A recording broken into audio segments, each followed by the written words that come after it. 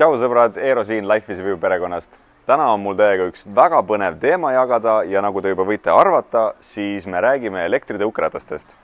Nagu te teate, siis meie kolisime hiljuti Tallinnasse ja suhteliselt kohe muretsesime omale elektritõukeratta ja pärast seda otsust on meie sõiduauto kasutamine väga drastiliselt langenud. Euronics oli nii tore, et saatis need 4 tõukeratast meile, et me saaksime neid testida, katsetada ja loodetavasti siis ka teile abiks olla teie esimese tõukeratta valikul.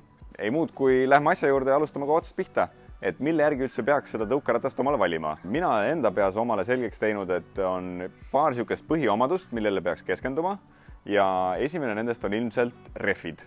Põhimõtteliselt on tänasel päeval müügil ainult 2 tüüpi tõukerattaid, ühed, mis on täiskummist rehvidega ja teised, mis on õhkrehvidega. Mõlemal on omad head ja vead, näiteks õhkrehvide puhul on sõit oluliselt pehmem täiskummiga rehvist, samas täiskummrehvi puhul ei pea kartma selle rehvi purunemist, kui sõidad läbi aukude või äärekivide. Järgmine omadus, mida peaksid kaaluma, on ilmselt selle tõukeratta kaasaskantavus.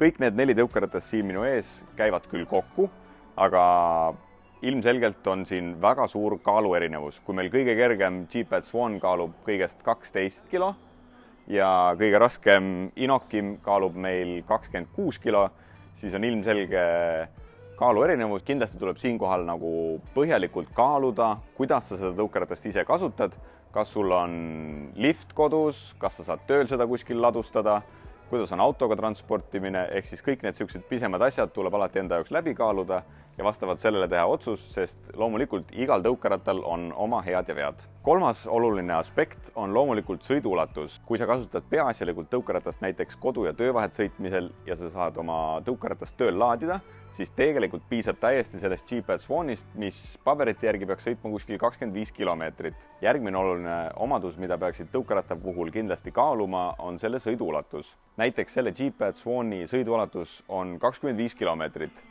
Seevastu sellest Eestis kõige suurema tõukeratta Inokim Oxi läbisõit on umbes 50 kilomeetrit. Ehk siis siinkohal tuleb enda jaoks panna need punktid paika, kus sa seda tõukeratast peaasjalikult kasutama hakkad ja vaatama neid vahemaid ja vastavalt sellele tegema ka selle valiku endal. Aga ei muud, kui lähme esimese tõukeratta juurde, milleks on siis meil G-Pad Swan.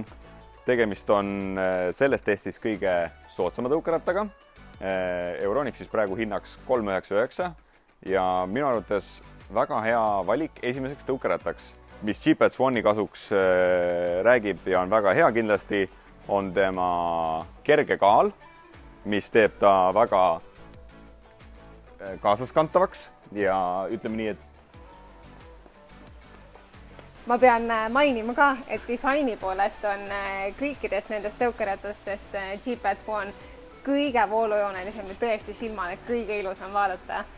Pluss ta on väga paljudes erinevates värvitoonides, nii et valikut on. Lähme siis järgmise juurde.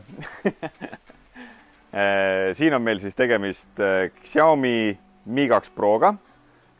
Hinnaklassilt on ta nüüd siis nagu nõksa kõrgem. Hetkel on ta minu meelest Euronixis soodusega 499. Ta on, selles mõttes on ta üsna sarnane G-Pad Swanile, kuigi tema läbisõit on umbes 2 korda suurem.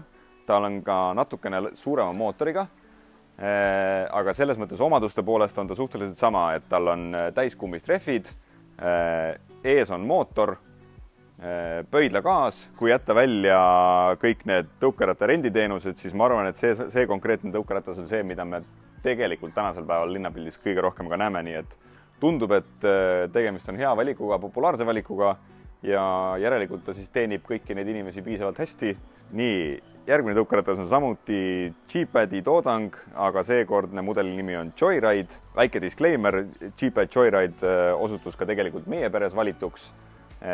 Miks? Ma sellest kohe räägin lähemalt. Euronixis hetkel on ta jälle klass natukene kõrgem, hinnaks on 699.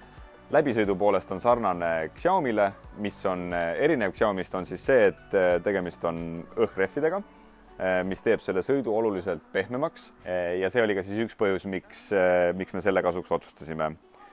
Järgmine väga oluline aspekt, mida me kaalusime selle juures on see, et kuna meil on pisik Aleksander, siis G-Pad Joyride'i saad lasta lenksu allapoole niimoodi, et ka pere pisemad liikmed saavad sellega liigelda. Ja sellepärast on ka see Jeepad Joyride selline väga universaalne liikumisvahend.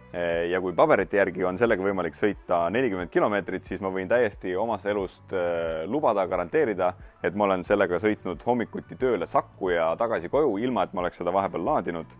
Nii et kõik see, mis paberi peal lubatakse, peab ka paika tegelikult. Ja nüüd liigume siis meie testi viimase tõukeratta juurde, milleks on Inokim Ox. Tegemist on siis selles testis, võiks öelda, lipulaevaga, et ta on ligi 2 korda kallim kui Jeepad Joyride, aga see-eest on ka siin väga palju funktsioone, mis teevadki tegelikult selle tõukeratta nii kalliks.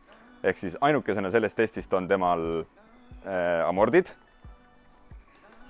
Tema sõiduulatus võib olla kuskil 50-60 kilomeetrit, olenevalt sellest, kui kiiresti sa sõidad. Ja üleüldse on tegemist sellise suure, raske,